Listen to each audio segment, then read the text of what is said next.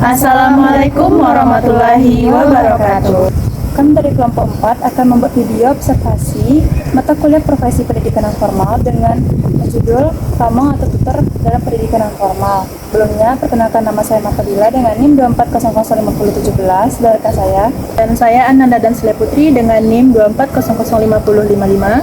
Saya Anggun Pusma Dewi dengan NIM 240055003. Saya Widya Desya Fitri dengan NIM 240055038. Kita menyaksikan.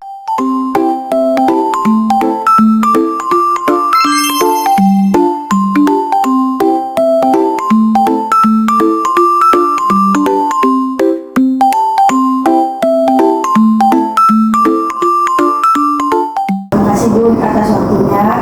Sebelumnya perkenalkan kami dari mahasiswa UNP jurusan pendidikan non formal. Sebelumnya saya sendiri Widya Desya Fitri dan ada teman saya. Ada saya Nanda. Baik, di sini kami ingin menyelesaikan tugas mata kuliah untuk profesi PNS Bu yang materinya tentang pamong belajar atau tutor. Pertanyaan pertama dari teman saya. Di sini saya akan bertanya terlebih dahulu, Ibu siapa? Rita. Profesi Ibu di sini sebagai apa? Bisa nggak sih Ibu sedikit menceritakan tentang latar belakang pendidikan pengalaman Ibu sebagai pamong belajar di SKBPNF Ibu? Ibu mungkin pendidikan dulu ya, kita sama PNV. Awal menjadi pamong itu Ibu di angkatan 19 di tahun angkatan 19 dan Fed. Sekarang di sini tes terus tahun 2000 pindah 95 udah 30 tahun. Terus gimana sih cara Ibu menyusun rencana pembelajaran untuk peserta didik di SKB ini, Bu? Gak semua pamong itu ngajar.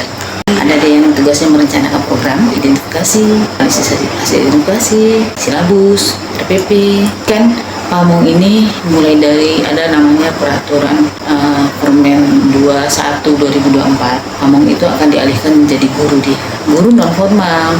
Baik Ibu, pertanyaan selanjutnya, apakah Ibu ada bekerja sama dengan lembaga masyarakat atau lembaga lain dalam mendukung pembelajaran di SKB PNF? Ya, MOU ya. Iya, MOU. UNP salah satunya. Ya. Terus di sini kan tidak hanya kesetaraan ya, mulai dari PAUD kesetaraan tuh pakai A, B, C. Terus ada juga life skill, punya menjahit.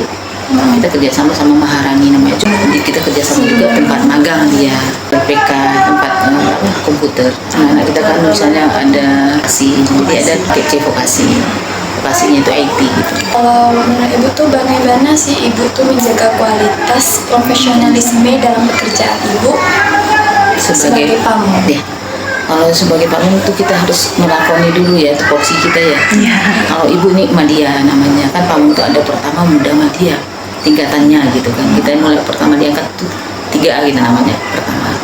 Naik lagi muda, naik lagi Madia. Ibu udah paling karena udah tua ya, udah 30 tahun. Itu tuh kalau kita tidak menjaga profesionalitas kita, tidak akan sampai kita ke tingkat itu. Nah, kalau pamong 4C, Ibu 4C. Jadi kita harus melakoni tupoksi kita. Kita kan sudah diatur itu sekali sekian kita harus naik. Kalau nggak naik berarti kan maksimal mungkin ya.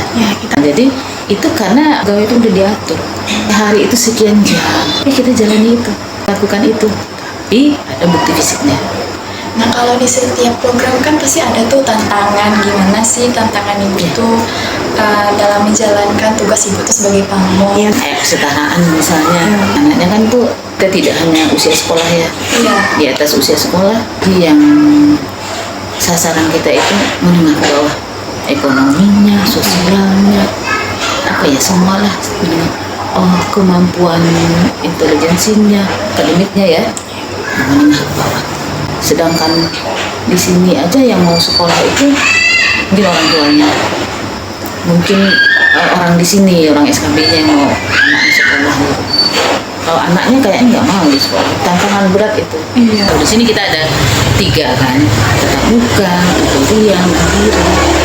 Bahkan sekarang pendidikan kesetaraan itu tidak diatur lagi. Yang penting ada tatap mukanya. Tujuan tatap muka itu kita tahu ini anaknya. ada anaknya. Nggak boleh ya kan, ada yang fiktif misalnya. Hanya apa ya, nama anaknya dari mana. Jadi dia harus ibu ya dikontrol kerjaan tutornya itu mana, mandirinya mana.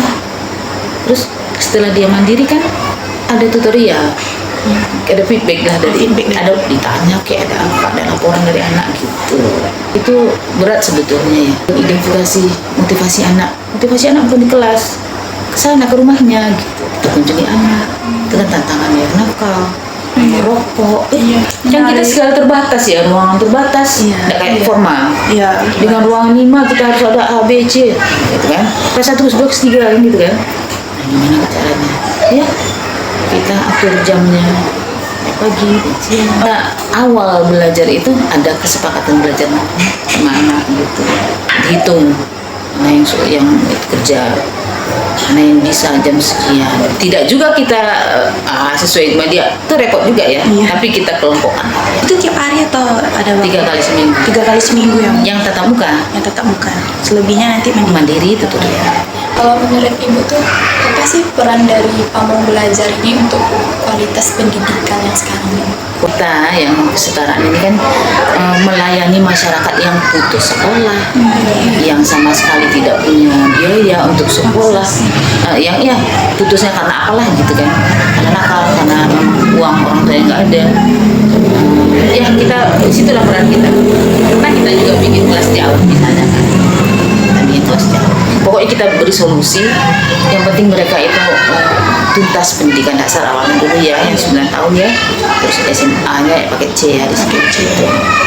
Itu peran kita sebetulnya berat ya, karena keterbatasan gitu. Contoh keterbatasannya, kita harus ke lapangan, kita nggak punya kendaraan, itu pribadi kita. Tapi kita targetnya, yang penting dulu ada perubahan sikap, mental karakter mereka, itu yang utama. Kurikulum kita utamakan dia laris. Peran kita itu menuntaskan mana masyarakat, khususnya sasaran kita ya, 6 kecamatan kalau di sini ada SKB 2 namanya, 5 kecamatan dia. Itu kita harus menuntaskan, kita harus melayani mereka, termasuk yang life skill ya. Kita identifikasi kebutuhan belajar masyarakatnya, misalnya menjahit gitu kan. Ada sebetulnya hidroponik juga kita kasih kemarin itu kan. Untuk penutup terakhir Bu, apa harapan Ibu ke depannya atas SPN SKB ini, dan sudah mendengar tantangan Ibu dari siswanya sendiri yang banyak membuat tantangan makin Iya banyak, kita harapan kita banyak ya. Iya, Bu. Dengan anak kita ada 200-an, 300-an lah gitu. Masa kita kelasnya cuma 5 kecil-kecil lagi kan. Terus terus mereka kan butuh juga labor. Kita kan nggak punya. Jadi kita melayani mereka apa adanya, semaksimal mungkin sesuai dengan ya kemampuan kita, fasilitas yang ada.